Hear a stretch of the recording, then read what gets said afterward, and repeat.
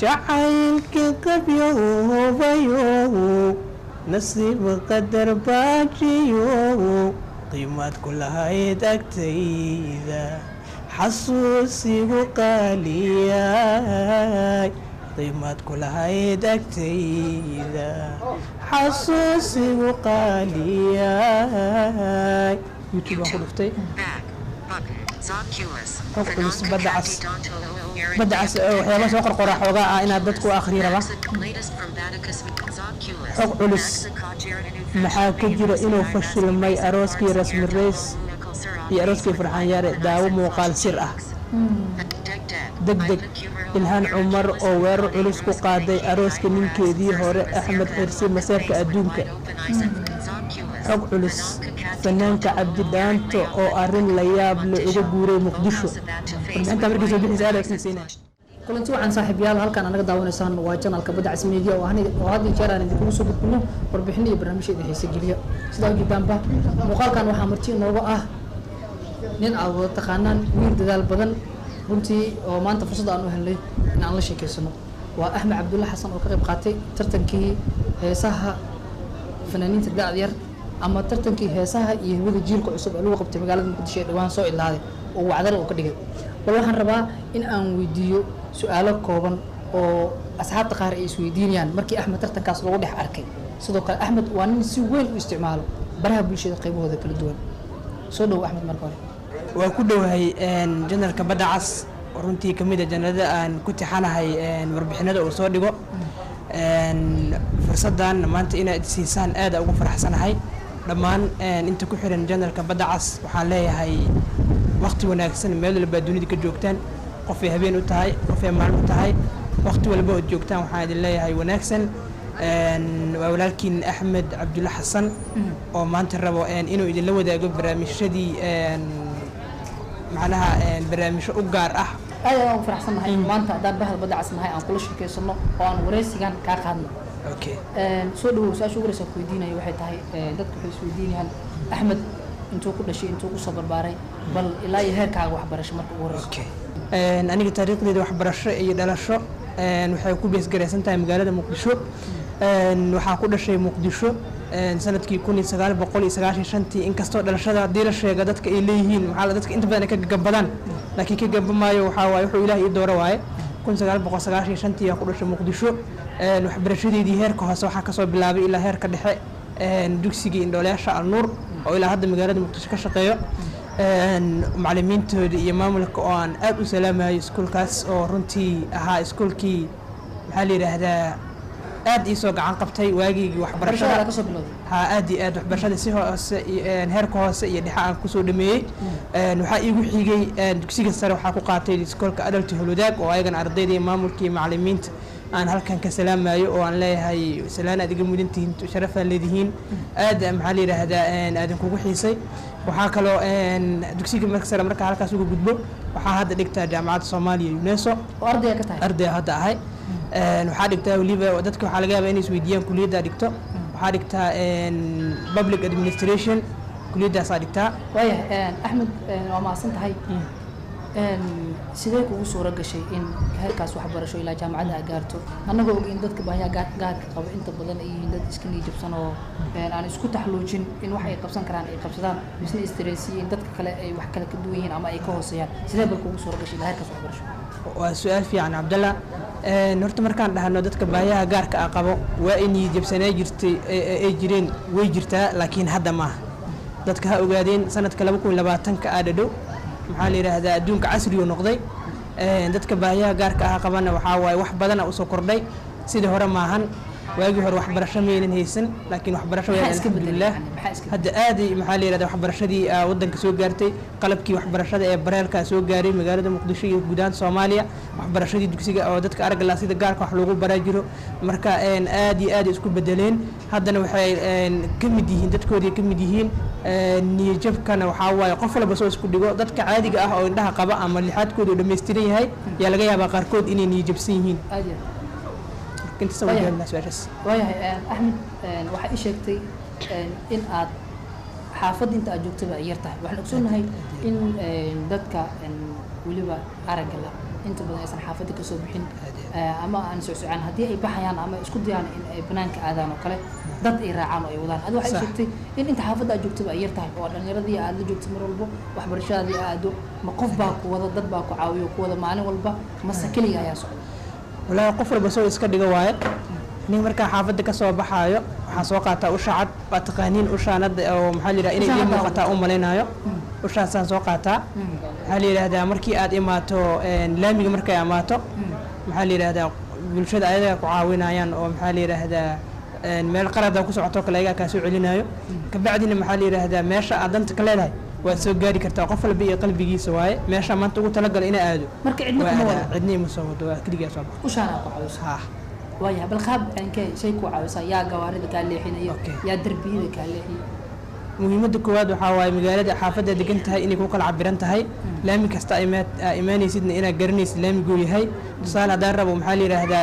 laamiga soddonka anuu joogo haddii warshadaha ila noqda qalad ay noqonaysaa markaa soddonka joogo inaa u aqoonsado inaa soddonka yahay laamigan isgoysadii cali kamiin inaa qayb kamida joogo haddii warshadaha ifka xalan iyo tawfiiq inaan joogo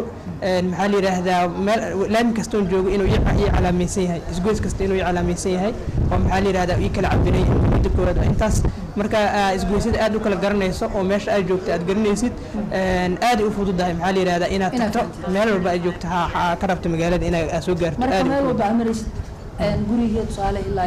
jaamacadda ilaa ay meesha u baahan tahay ku cabiran tahay aad iyo aad waayahay waxaan rabaa inaan ku weydiiyo dhowaan waxaa ka qayb qaadatay oo weliba lagugu bartay oo dad badan ay kugu barteen tartankii heesaha iyo hibada jiilka cusub ee dhawaan magaalada muqdisho lagu soo gabagabeeyay aad iyo aad bal sidee kugu suura gashay tartankaas aad ka qayb qaadatay sidee u dhiiratay adigoo yacni dadka bahyaa gaarka qaba ka mid ah in tartankaas aad ka qayb gasho lagu ogolaado inaad haddana haysto oo aad ka qayb qaadato weliba dadkiina lagu aqoonin heesaha aad iyo aad waxyaaba badan ugu dhiirigeliya tartankaas inaan ka qayb galo waxaa ka mid ahaa sidaa ogtihiin magaalada muqdisho sanadihii bilihii ugu dambeeyey waxaa ka jiray xaaladda naafada markii loo eego waxaa jiray ii sheeg barnaamijyo aan naafada u fiicneen oo lagula dhaqmayey bilihii dambe marka barnaamijyadaas aan jeclaystay in aan damiyo intaan maxaa la yidhaahdaa kaalinteeda ah aan ka awoodo marka suugaantana soomaalida aaday u adeegsataa barnaamijkaas fursadda markii uu ii soo baxana waxaa ii suurta gashay barnaamijkaas gebigiis qaybo badan oo kamid a inuu hadda baaba'o maxaa yeelay qof arag la oo maanta hibe leh dadku ma u malayn jirin inay joogaan looma malayn jirin marka taasna waxaa igu dhiirigeliyey arrintaas aan kor kasoo xasi oo ah naafada oo aniga aan ka mid ahay dadka naafada Soomaaliyeed inay wax qabsan karaan wax walba ay sameyn karaan aad iyo aad heesa badan aan kusoo bandhigay tartankiisa ilaa wareegidii u dambeysay soo gaartay aad iyo aad bal mid ka mid heesi aad kusoo bandhigtay weliba heeska ay dadka si weyn ugu jeclaadeen ama aad ugu soo jiidatay bal haddii aan kaa cusub mid ka mid heesi aad tartan kusoo bandhigtay ku qayb galay waxaa ka mid ahaa nimcaan hilaac nimcaan cabdiraxmaan xasan fanaanka aan aad u taageero jacaylka qabyoobahaas la yiraahdo dadku ugu barteen inta badan fanaankaasna inuu daawanayo laga yaaba aad u salaamaya heesta jacaylkii qabyoobay hadaa qayb ka mida ku dhufto inkastoo galabta aan ka cudur daaranayo inuu codka xoogaa si kale yahay laakiin waa ku dhufanayaa qayb yar oo ka mid ah jacaylkii qabyoobayo nasiib qadar baajiyo qiimaad ku lahayd agtayda xasuusigu qaaliyay qiimaad ku lahayd agtayda xasuusigu qaaliyay jacaylkii qabyoobayo nasiib qadar baajiyo qiimaad ku lahayd agtayda xasuusigu qaaliyay qiimaad ku lahayd agtayda xasuusigu qaaliyay inaan sii dhamaystir waan jeclaan laakiin heesta waxay ku jirtaa youtube-ka buudaa waayahay aad u mahadsantahay axmedow waxaad tahay wiil da'yaro aad u cod macaan ma ku tala jirtaa inaad fanka kusii socoto ama aad fanaan noqoto aad iyo aad waa su-aal fiican oo dadka inta badan i weydiiyaan su-aashaasna galabta inaad si fiican ugu jawaabaan rabaa su-aashaan ah ma jecesha inaad fanka kusii jirto horta aniga waxaa ahaa dhanka hal abuurka aan muddo dheer ku jiraa at least aan qiyaastii 10 sano camal aan u maleynaa inay kusii socoto oo ma ereyada sameeyaa ahaa ereyada inta badan sameeyaa gabayada sameeyaa geeraarada ayaan sameeyaa marka waxaan jeclaa fanka waaga yaraa dhanka hal abuurka aan ahaa markii ay imaato dhanka fanaanimada oo in cod la geliyo oo la heesto markay noqotona dadka ku badan oo fanaanka ah hadda ilaa hadda fanaan isku meesti nin fanaanina ah isku meesti laakiin dadka waxay dhahaan fanaana tahay oo codkaada uu fiican yahay laakiin anigoo ilaa hadda ma aaminsani inaan maxaa la dhahay fanaan ahay dadka hadda inta dadku markay ku dhaan qof cid macaan aad tahay fanaan aad u qaban tahay maxaa markaas wallaahi waxaa dareemaa tixgelin ay haayeen dadka inay tahay fanaanimadana waxaa waaye qofba sida meel ku keenaa qofaa iska dhigdhigo qofna wada dhashaa marka qofka ilaahay la siinaayo maxaa la yiraahdaa waa goonideeda qof nasiibkiisa ku hay ha aad iyo aad marka markii fanka la dhaho aniga dhanka aad iyo aad dhanka hal abuurka aad ugu badanahay dhankaas maxaa la yiraahdaa ku jiray insha Allah kuna sii jiri doonaa dhanka hal abuurka fanaan ma noqonayso fanaan ina professional in noqdo ma jecli hadda talada kuma jirto aad amaasan tahay Axmed su'aasha kale aan rabay inaan ku weydiiyo waxay tahay Axmed waxa ii sheegtay in baraha bulshada oo hadda adduunka iyo dhan hal guri ka dhigay in aad ka mid tahay dadka dhinacooda ka isticmaala weliba aalado kala duwan isticmaala sida Facebook iyo WhatsApp iyo Instagram iyo sidee kugu suura gashay adigoo maaragtay dadka baahiyaha gaarka qaba welibana aadan arkin aad iyo aad haddaba sida arkaysaan telefoonka gacanta ku haystaa baraha bulshadana magaalada maanta waxaa waaye sida ay sheegtay hal guri ka dhigan adduunka dhan oo internetka la wada isticmaala lagu wada jiraa dadka araga la'ana kama maqna internetka gaar ahaan aniga aad u isticmaalaa Facebook YouTube imo WhatsApp TikTok xataa waa isticmaalaa dadka laakiin waxay doonaan TikTok soo isticmaashaa la doonaa laakiin TikTok xataa waa galaa TikTok waa galaa inkastoo aan ku badneen laakiin Messenger YouTube imo WhatsApp iyo Facebook aad u isticmaala 100% WhatsApp ko kale waxyaabo uga caawiyo waxaa kamid waxa igu jiro dhammaan cashirada jaamacadda ku qaato awood inta la gaarin horta sidee kugu soo gashay inaad isticmaasho waxay igu soo gashay telefoonka isticmaal waa iPhone shirkadda soo saartay waa Apple oo Mareykanka laga leeyahay waxay ku soo dartay barnaamij la yiraahdo Voice Over oo ka caawinayo macnaha qofka araga la caawinayo double tap uu leeyahay barnaamijkaas laba mar taabanaysa marka wax qoraysid barnaamijkaasna wuxuu gaar u yahay dadka araga la gaar u yahay waana ugu shirkadda ku soo dartay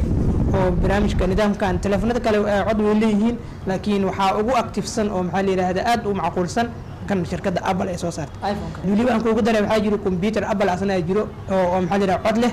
inkastoo computerada kale cod leeyihiin laakiin way ka baxayaan laakiin kan aysan codka ka bixin waa midkan Apple ka oo aad maxaa la yiraahdaa dadka araga la caawiyo waxaa jira